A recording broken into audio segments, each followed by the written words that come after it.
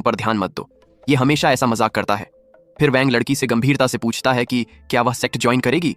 लड़की कुछ देर चुप रहती है और पेपर को पढ़ती है, जिसके बाद वैंग मन ही मन सोचता है कि इस लड़की के पास बर्ड्स की मदद से उड़ने की एबिलिटी है, स्ट्रेंथ भी कमाल की है, थोड़ी नॉलेज भी है और उसका कल्टीवेशन तो उससे कम है, लेकिन कॉम्बैट एक्सपीरियंस उससे ज्यादा है। इसीलिए वह मानता है कि ये लड़की उसकी बातों में इतनी आसानी से नहीं फंसेगी, क्योंकि उसकी ट्रिक सिर्फ लीकिंग जैसे भोले लोगों पर काम करती है। तभी लड़की वैंग की तरफ देखती है और पूछती है कि क्या तुम वाकई डिवाइन इमॉर्टल सेक्ट के मास्टर हो और इस पेपर में जैसा लिखा है तुम सच में जीनियस डिसाइपलों को रिक्रूट कर रहे हो, तो क्या तुम्हें लगता है कि मैं इस सेक्ट में शामिल होने के लायक हूँ।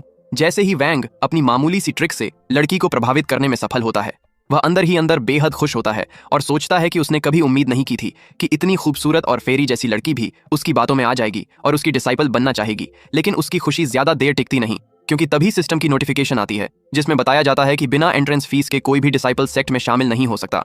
वैंग इस नियम से चिढ़कर सिस्टम को गुस्से में कोसता है और सोचता है कि उसने कितनी मुश्किलों से डिसाइपल को तैयार किया था और अब ये शर्त फिर से बाधा बन गई है। इसलिए वह लड़की की तरफ हाथ बढ़ाकर कहता है कि हमारे डिवाइन इमॉर्टल सेक्ट का रूल है कि ज्वाइन करने से पहले एंट्रेंस फीस देनी होती है। लड़की प्यारा चेहरा बनाकर उसका हाथ पकड़ लेती है और कहती है कि वह जल्दी में थी, इसीलिए पैसे नहीं ला पाई। क्या बाद में दे सकती है? वैंग मजबूर होकर कहता है कि उसे सेक्ट के नियम फॉलो करने पड़ेंगे, क्योंकि बिना फीस के सिस्टम उसे डिसाइपल काउंट नहीं करेगा और कोई रिवॉर्ड भी नहीं मिलेगा। ये सब देखकर लीकिंग लड़की को देखकर मन में सोचता है कि इतनी सुंदर लड़की को भी सेक्ट मास्टर फ्री में नहीं ले रहे, जबकि वह खुद पहला डिसाइपल था। तो उसकी किस्मत सच में चमक गई है कि वह इतने पावरफुल सेक्ट का हिस्सा बन गया। और तभी वहां कुछ लोग आ जाते हैं जो लड़की को देखकर कहते हैं कि क्या तुम्हें लगा था तुम हमारे हाथों से बच निकलोगी? तुम्हारे पिता भी तुम्हें बचा नहीं पाए, तो क्या ये मामूली बंदे तुम्हें बचाएंगे? ये सुनकर लड़की गुस्से में फट पड़ती है और चिल्लाकर कहती है कि अब वह डिवाइन इमॉर्टल सेक्ट की डिसाइपल है, तो उसकी इंसल्ट करने की किसी की भी हिम्मत नहीं होनी चाहिए, खासकर उसके सेक्ट मास्टर के सामने।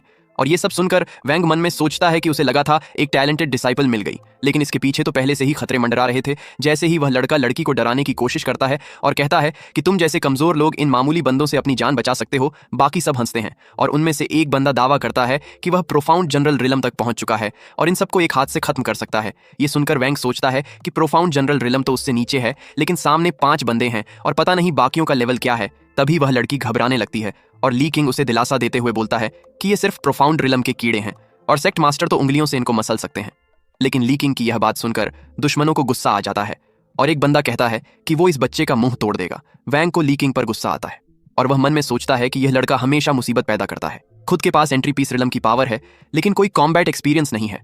अगर हार गया तो सेक्ट मास्टर की इमेज खराब हो जाएगी और कोई भी डिसाइपल उसे सीरियसली नहीं लेगा। तभी लड़की वैंग के पास आकर कहती है कि सेक्ट मास्टर, आपका बहुत धन्यवाद जो आपने मुझे बचाया, मुझे उम्मीद है आप मेरी मदद करेंगे।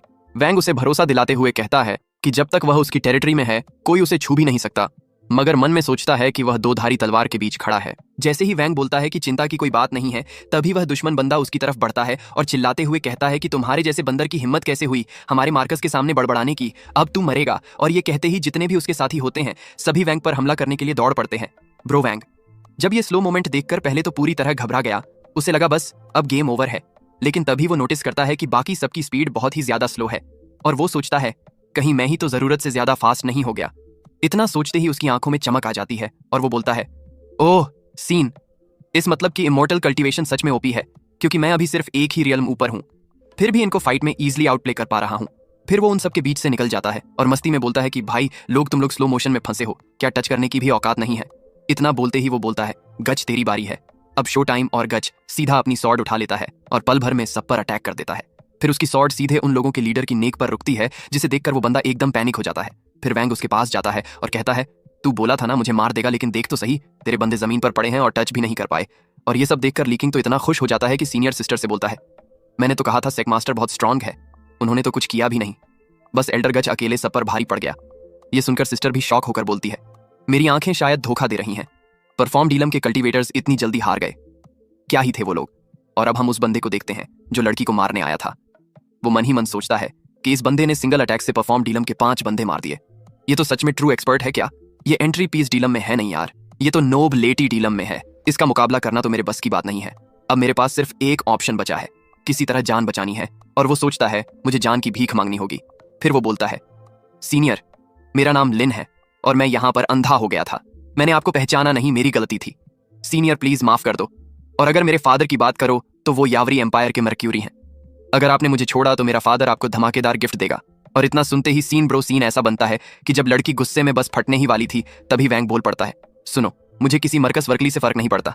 पहले तुम मेरी सेक्ट में बिना इन्विटेशन घुस गए, फिर हमारे बारे में उल्टा सीधा बोला, यहाँ तक कि सेक्ट को डिस्ट्रॉय करने की ट्राई की। अब क्या 2 लाइन बोल देने से सब ठीक हो जाएगा? और इतना सुनते ही लड़की तो हैरान हो जाती है। उसने सोचा भी नहीं था कि वैंग इतना डायरेक्ट बात करेगा, और लीकिंग तुरंत उसको शांत करता है।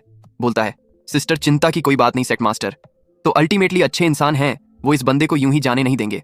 और अब लड़की सोचती है कि लिनियो का बाप तो यावरी एम्पायर का मरकस है, खुद नोबिलिटी रिलम का कल्टीवेटर और 500 सोल्जर कमांड करता है, जो सारे के सारे प्रोफाउंड जनरल रिलम पर हैं, ऊपर से 10 आर्मी कमांडर जो एंट्री पीस रिलम तक पहुंच चुके हैं। तो इस आर्मी से तो पूरा यावरी एम्पायर कंट्रोल हो सकता है, इसीलिए ही ये लिनियो इतना घमंडी है।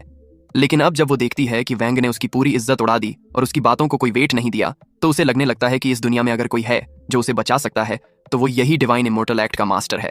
और इतना सोचते ही वो वैंग के सामने सीधे घुटनों पर बैठ जाती है, जिस पर वैंग भी शॉक हो जाता है और पूछता है, बहन ये क्या हो गया, तू अचानक नहीं डाउन क्यों हो गई?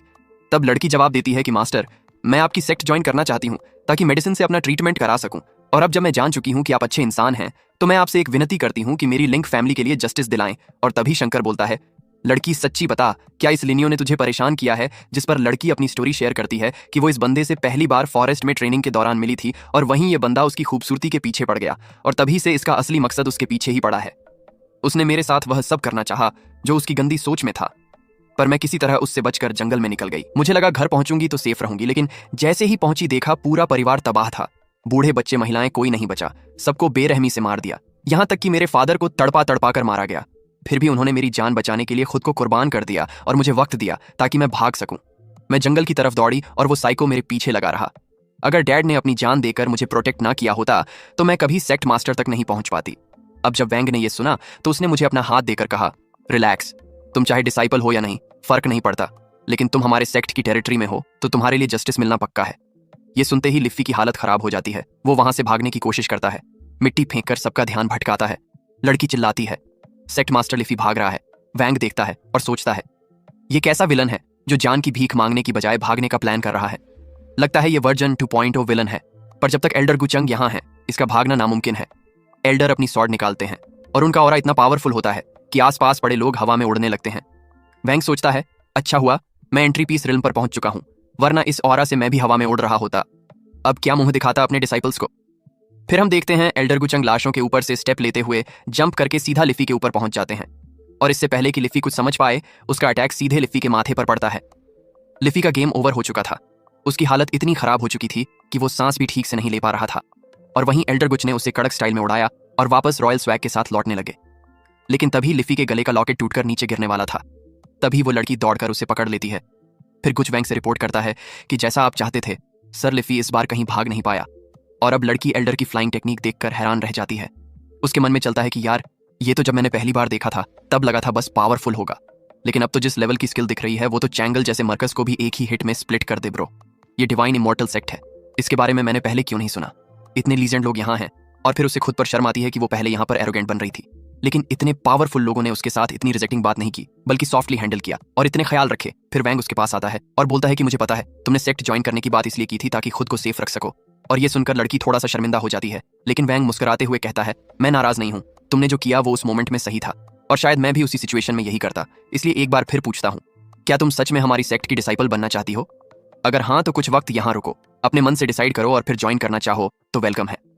ये सुनकर लड़की की आंखों में चमक आ जाती है और वो अपनी फैमिली का जेड पेंडेंट वैंग को देते हुए कहती है, ये मेरी लिंक फैमिली की आखिरी निशानी है, और मैं चाहती हूँ ये आपके सेक्ट की एंट्रेंस फीस बने, क्योंकि आपने मुझे नई जिंदगी दी। और वैंग उस पेंडेंट को लेते हुए सोचता है कि सिस्टम को तो बस मनी चाहिए, ये भी बिक जाएगा। जिस लॉकेट को वैंग एंट्रेंस फीस समझ कर ले रहा था वो लड़की के दिल का सबसे इमोशनल टुकड़ा था। जब उसने देखा कि लड़की ब्लश कर रही है तो उसे समझ नहीं आया, लेकिन फिर लड़की अपने पास्ट में चली जाती है जहां उसके फादर ने उसे बताया था कि ये जेड पेंडेंट उनके एंसेस्टर्स की निशानी है, और जब उसे कोई ऐसा इंसान मिले जिससे उसे सच्चा प्यार हो तो वो इसे उनके पास रख सकती है। उस वक्त लड़की ने वादा किया था कि वो इसे कभी किसी को नहीं देगी, लेकिन आज वो वैंग को दे रही है, क्योंकि अब उसे लगने लगा है कि वैंग सिर्फ सेक्ट मास्टर नहीं बल्कि वो पर्सन है जो उसकी दुनिया को दोबारा जोड़ सकता है। वहीं जब सिस्टम की डिस्प्ले आती है तो वो वैंग को बताती है कि उसने 10 में से एक डिसाइपल को चुन लिया है, और रिवॉर्ड के तौर पर उसे एक सामान और एक लकी ड्रॉ मिलेगा। वैंग उसे अपनाकर उसके कंधे पर हाथ रखता है और कहता है कि आज से उसका बदला उसके सेक्ट का बदला होगा, उसके दुश्मन हमारे दुश्मन होंगे। और लड़की की आंखों में अब आंसुओं की जगह आग है। वो वहां पड़ी लकड़ी उठाती है और लिनी की तरफ बढ़ती है, बोलती है, तूने मेरी फैमिली को मारा, बच्चों तक को नहीं छोड़ा, आज तेरा खून बहेगा। अगर मैंने आज बदला नहीं लिया तो मैं खुद को लिंक फैमिली की यंग मिस नहीं मानूंगी। और फिर वो उस लकड़ी से लिनी को पीटने लगती है। उसकी चीखें हवा में गूंजने लगती हैं, लेकिन लड़की की आंखें सिर्फ बदले में भरी होती हैं। वो चीखों को इग्नोर करते हुए कहती है, जब तूने मेरा जेड पेंडेंट छीना और मुझे ह्यूमिलिएट किया, तब क्या सोचा था कि तेरा भी ये दिन आएगा? तू खुद को इस दुनिया का सबसे पावरफुल समझता था, लेकिन तूने मेरी फैमिली को डिस्ट्रॉय किया था। इसलिए आज मैं तुझे हर एक दर्द वापस लौटाऊंगी और तेरा शरीर छोटे छोटे टुकड़ों में काट दूंगी। वो लड़की अब पूरी तरह रेज मोड में थी। उसने लकड़ी उठाई और ऐसे लिनियों को काटना शुरू किया जैसे उसकी हर चोट में वो सालों का गुस्सा निकाल रही हो। वो चिल्ला रहा था, दर्द से तड़पता हुआ, और उसकी चीखें इतनी तेज थीं कि आसपास का माहौल तक कांप गया। लीकिंग थोड़ा घबराया और वैंग से पूछा कि जूनियर सिस्टर ठीक है क्या? वैंग ने शांत मूड में बोला कि वो बिल्कुल ठीक है, बस अपने दिल का जर लॉग आउट कर रही है। और फिर जैसे ही लिनियो का खेल खत्म होता है, वैंग को एक सिस्टम नोटिफिकेशन आती है जिसमें लिखा होता है कि तुम्हारी डिसाइपल लिंक फ्यू ने परफाउंड जनरल रिल्म के एक्सपर्ट को एलिमिनेट कर दिया है और तुम्हें दी जाते हैं 36 पॉइंट्स। तभी लिंक फ्यू वैंग के सामने आकर घुटनों पर बैठ जाती है और बोलती है, thank you parrot, thank you elder गू। आपने मेरी मदद की मेरा बदला लेने में, इसीलिए मैं वादा करती हूँ कि मेरी पूरी लाइफ और डेथ अब डिवाइन इमोर्टल सेक्ट के लिए ही होगी। मैं कभी भी इस सेक्ट को धोखा नहीं दूंगी। वैंग हंसते हुए कहता है, टेंशन मत लो, तुम्हें कल्टीवेशन के लिए सबसे अच्छे रिसोर्सेज दिए जाएंगे। जब तुम एक्सपर्ट बन जाओगी तब डिसाइड कर पाओगी क्या करना है। लेकिन याद रखना, हमारा सेक्ट पूरी तरह फियरलेस है। सामने वाला चाहे कितना भी पावरफुल हो, अगर वो हमारे एरिया में बकचोदी करेगा तो उसे उड़ा देंगे। यह सुनकर लिंक फ्यू थोड़ा शॉक होती है, लेकिन फिर उसकी आंखों में आंसू आ जाते हैं और वो रोते हुए कहती है, पैराट्रीज, मैं कभी आपको डिसअपॉइंट नहीं करूंगी। मैं दिन रात मेहनत करूंगी ताकि सेक्ट का नाम चमके। वैंग मन में सोचता है, वाह, मेरी स्टोरी टेलिंग स्किल्स आज भी काम करती हैं। लेकिन अब क्या सिखाऊंगा, क्योंकि लिंक फ्यू बेवकूफ नहीं है। मुझे जल्दी से कुछ ढांसू टेक्निक्स लानी होंगी। तभी एल्डर गुचंग आते हैं और लड़की से पूछते हैं कि क्या तुम तलवार की प्रैक्टिस करती हो? और वो बोलती है, हाँ एल्डर, मैं करती हूँ। एल्डर गुचंग ने जैसे ही पूछा कि क्या लिंक फ्यू उनकी डिसाइपल बनना चाहती है, लड़की पूरी तरह से शॉक हो गई, क्योंकि ये तो अचानक ही ऑफर आ गया था। लेकिन इससे पहले कि वो कुछ बोले, वैंग पीछे से चिल्लाया, पागल लड़की, ये कोई नॉर्मल ऑफर नहीं है। एल्डर गुचंग बहुत ही मुश्किल से किसी को अपना शिष्य बनाते हैं। जल्दी से उनके सामने बो डाउन करो और उन्हें अपना मास्टर बना लो। ये सुनते ही लिंक फ्यू झटपट एल्डर के सामने ग्रीट करती है और उन्हें अपना मास्टर एक्सेप्ट कर लेती है। एल्डर गुचंग मुस्कुराते हैं और कहते हैं कि तलवार की ट्रेनिंग शुरू करने से पहले तुम्हारी जो इंजरी है उसे ठीक करना होगा। चलो मेरे साथ, मैं तुम्हें ठीक करता हूँ। और इतना कहकर वो निकल पड़ते हैं। लिंक फ्यू उनके पीछे हो जाती है और ये देखकर लिफी की आंखें फटी रह जाती हैं। वो कुछ पूछना चाहता है, लेकिन वैंग उसे इशारे में जाने को कहता है और फिर मन ही मन सोचता है कि एल्डर गुचंग की तलवार कला तो किसी इमोर्टल के बराबर है। अगर लिंक फ्यू उनकी ट्रेनिंग में जाती है तो बहुत जल्दी पावरफुल बन सकती है और हमारा सेक्ट भी और मजबूत हो जाएगा। और जो असंभव लग रहा था वो अपने आप हो गया। ये सोचते हुए उसका कैमरा कट होता है। लीकिंग पर जो लिंक फ्यू को जाते हुए देखता है और सोचता है कि जूनियर सिस्टर बाद में आई, लेकिन उसे तुरंत एक पावरफुल मास्टर मिल गया और मुझे अभी तक कुछ नहीं मिला। लेकिन मैं उसका सीनियर ब्रदर हूं तो हार नहीं मानूंगा। और फिर वो वैंग की तरफ देखकर बोलता है, पैराट्रीज, मेरे लिए क्या प्लान है? क्या मुझे आप सिखाएंगे या मेरे लिए भी कोई एल्डर तय किया है? ये सुनते ही वैंग उसके पेट पर एक हल्का पंच मारते हुए हंसते हुए कहता है, सबसे पहले तेरा वेट बहुत ज्यादा है, तो तेरे लिए मैंने स्पेशल एक्सरसाइज तय की है। देख यहाँ कितनी धूल मिट्टी है, जा जाकर इसे साफ कर। इससे तेरा वेट भी घटेगा और काम भी हो जाएगा। बेचारा लीकिंग अपने सारे सपनों को वहीं मारकर कहता है, ठीक है पैराट्रीज, मैं करता हूँ। और घास उड़ाते हुए वैंग अपने मन में सोचता है कि जब इसने मुझे ज्वाइन कराया था तब मुझे किसी खजाने जैसा ट्रीट किया, और अब देखो जूनियर सिस्टर के आते ही उसने मुझे घास साफ करने भेज दिया। मेरी तो कोई इज्जत ही नहीं रही। और ये सोचते ही हमारा व्यू वैंग पर कट होता है, जो सिस्टम की डिस्प्ले ओपन करता है और बोलता है, ठीक है। वैंग जैसे ही सिस्टम से पूछता है कि इस बार लिंक फ्यू जैसे टैलेंटेड बंदे को सेक्ट में एंटर कराया है तो गिफ्ट क्या मिलेगा, तभी पूरा सेक्ट का पैनल खुल जाता है और स्क्रीन पर एकदम साफ साफ दिखाया जाता है कि अभी सेक्ट फर्स्ट लेवल पर है। सेक्ट मास्टर खुद एंट्री पीस रिल्म पर है और फिलहाल उसमें सिर्फ 5 एल्डर एंट्री कर सकते हैं और 10 डिसाइपल्स को ही ज्वाइन कराया जा सकता है, जिनमें अभी सिर्फ 2 ही हैं, लीकिंग और लिंक फ्यू। वैंग देखता है उसके पास 300 सेक्ट पॉइंट्स पड़े हुए हैं, तो थोड़ा फोकस मोड में सोचता है कि अगर उसने अभी ड्रॉ किया तो फिर बचे हुए सिर्फ 3 एल्डर स्लॉट बचेंगे। क्या ये सही टाइम है, वो सोचता है और फिर उसका ध्यान सेक्ट पॉइंट्स पर जाता है। तो वो सिस्टम से पूछता है कि भाई ये सेक्ट पॉइंट्स होते क्या हैं, और सिस्टम जवाब देता है कि इन पॉइंट्स से कोई भी चीज़ रिडीम की जा सकती है या फिर पूरे सेक्ट सिस्टम को अपग्रेड किया जा सकता है। जैसे जैसे लेवल बढ़ेगा वैसे वैसे ही और भी पावरफुल लोग समन होंगे, मैजिकल ट्रेजर अनलॉक होंगे और ज़्यादा डिसाइपल्स ज्वाइन कर सकेंगे। वैंग तो खुशी से झूम उठता है और बोलता है, वाह सिस्टम, ये तो कमाल चीज़ है, जल्दी बता पॉइंट्स कमाने के तरीके क्या हैं। तो सिस्टम 3 रास्ते बताता है, पहला मिशन पूरा करना, दूसरा किसी पावरफुल दुश्मन को मारना और तीसरा किसी जीनियस डिसाइपल को रिक्रूट करना। वैंग ये सुनते ही रुकता है और सोचता है कि अरे लिंक फ्यू तो स्पिरिट रिल्म की पीक स्टेज पर है और उसकी उम्र भी सिर्फ 18 साल है, मतलब जीनियस की कैटेगरी में आती है, तो फिर पॉइंट क्यों नहीं मिला? वो सिस्टम से यही सवाल पूछता है। तो सिस्टम बोलता है कि हाँ उसका रिल्म अच्छा है, लेकिन उसके पास कोई स्पेशल फिजिक नहीं है और ना ही कोई नॉर्मल कंपनसेशन है, इसलिए वो टॉप रैंक की जीनियस की कैटेगरी में नहीं आती। इसी वजह से उसके लिए कोई एक्स्ट्रा सेक्ट पॉइंट नहीं मिला। ये सुनकर वैंग हल्के में डिसअपॉइंटेड होता है, पर अगले ही पल मन में सोचता है कि अब से उसे रैंडम चॉइसेस नहीं करनी होंगी। अब हर नए डिसाइपल या एल्डर को फुल स्कैनर मोड में लाना पड़ेगा ताकि वो उस टियर को ट्रिगर करे जहां से सिस्टम के हिडन डिवाइन रिवॉर्ड्स अनलॉक होते हैं। और इतना सोचते हुए